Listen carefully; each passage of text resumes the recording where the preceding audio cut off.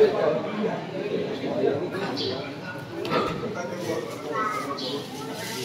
penjual air ini.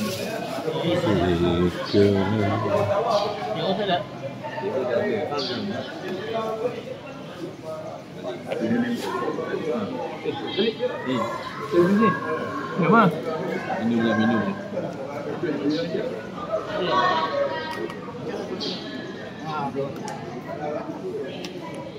Kawan kasihlah.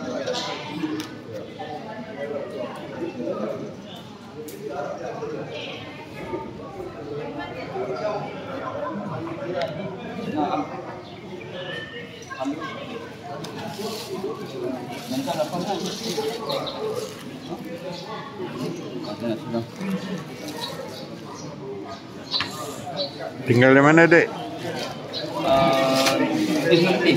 Hah? Bukit Sungai Putih. Bukit? Bukit Sungai Putih. Di mana tuh? Lembah Jaya Utara.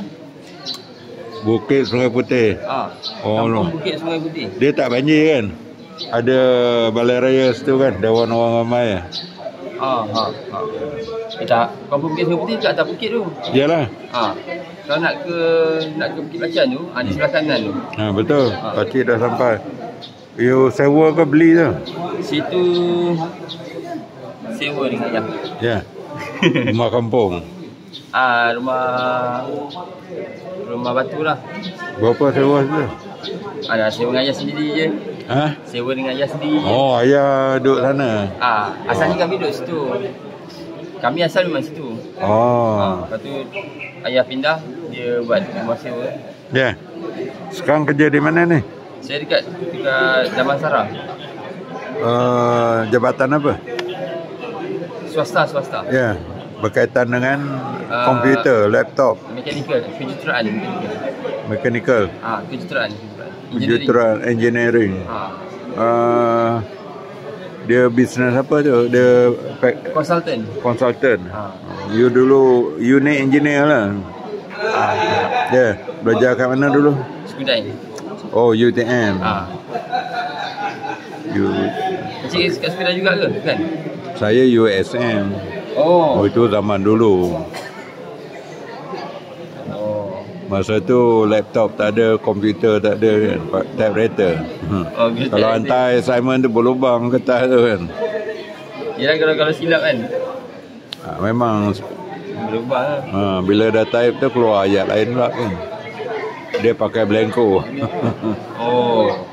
Masa tu lah. Sekarang budak-budak senang. Sekarang. Lagi-lagi sekarang dah ada internet lagi lah. Yalah. Masa saya tu internet tak berapa sangat. Baru nak ada ya. Baru nak ada. Handphone pun tak ada internet lagi di sini. Telefon yang apa, yang paling anjing tu kan, yang besar lengak. Siapa nama, Ericsson ke apa? Ericsson yang buka. Kalau yang Nokia tu 310. 310 kan, 3310 kan. Pakcik membeli tu masa tu harga 300 ke? 300. Tak ingat lah. 300 masa zaman pakcik lah. 300. Saya beli handphone tu masa tu saya kerja part time lepas SPM tu kat K4. Dulu K4. Lepas tu habis kerja part time tu terus baru dapat duit beli tu. Handphone tu bawa masuk U. Ya. Okey lah, dulu pakcik, zaman pakcik tu kena sediakan duit shilling 1 genggam tu. Telefon kampung public phone kan. Baru cakap dia dah jatuh. Top up tambah lagi. Sekali telefon RM10. Ya, telefon public tu saya rasa masa dekat asrama lah. Masa dekat asrama je lah rasa telefon public tu. Lepas tu kena queue 10 orang telefon. Encik duduk mana?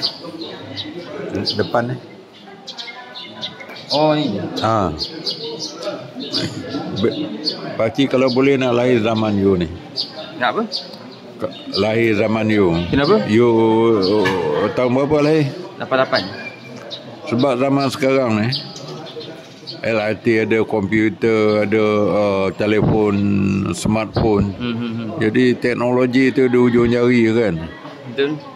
Jadi tu sebab dulu zaman pakcik payah nak cari Melayu dapat macam SPM first grade kan. Dia best kalau dekat universiti pun payah nak jumpa Melayu yang first class. Kalau ada pun second class, honor kan. Payah selalu Cina. Tapi sekarang budak-budak Melayu SPM 10A universiti kadang 4 point kan. 4 flat 3.8 kan. Di list lah. Sebab kemudahan tu ada. Memang tak dinafikan lah. Tapi kalau kemudahan tu kadang-kadang kalau salah guna, dia tak dapat juga. Dia benda ni kan, semua ada positif dengan negatif. Ada pro and cons lah. Macam you naik kereta lah kan, tahun 6,000 orang mati. You buat kempen macam mana pun 6,000 tak lari. Kan? Kalau hari raya 24 orang sehari, 25.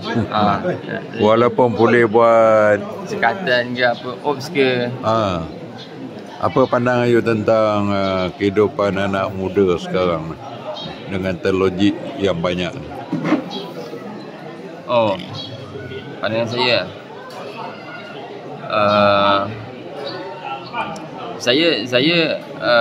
tak terlampau expose sangat diri saya dengan teknologi.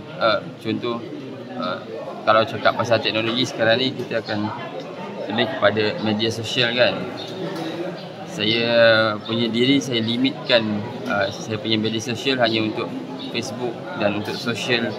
Yalah, saya lebih kepada fizikal lah, maksudnya jumpa face to face. Kalau kaitan teknologi, dia punya positive side dia, maklumat tu senang untuk didapati lah. Lagi contoh, kalau dulu kalau kita cakap pasal teknologi dulu, let's say kalau kita nak pergi dari sini ke JB mungkin perlukan masa dalam 7 jam. Sekarang mungkin dalam 4 jam je.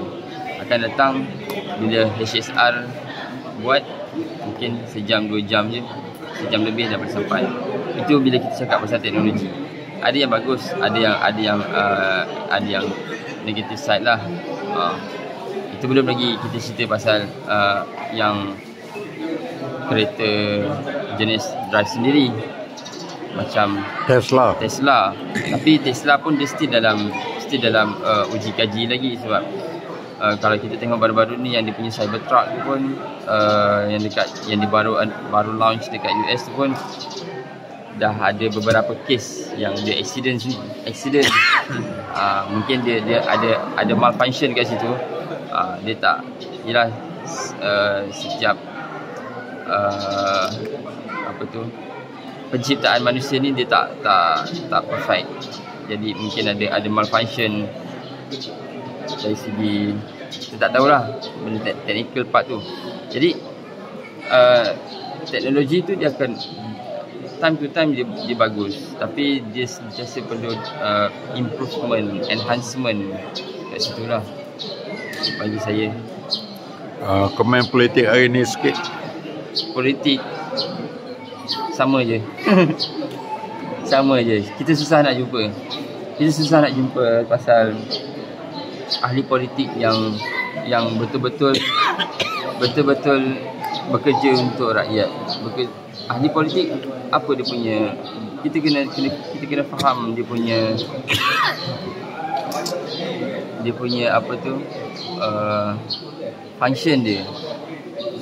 Fungsi dia adalah dia nak menyampaikan suara-suara rakyat ke parlimen untuk dibincangkan dengan lebih lanjut. Tapi apa yang jadi hari ni dekat parlimen pun kita nampak dia dah jadi macam zoo lah. Jadi kadang-kadang suara rakyat tu dia dah tak sampai.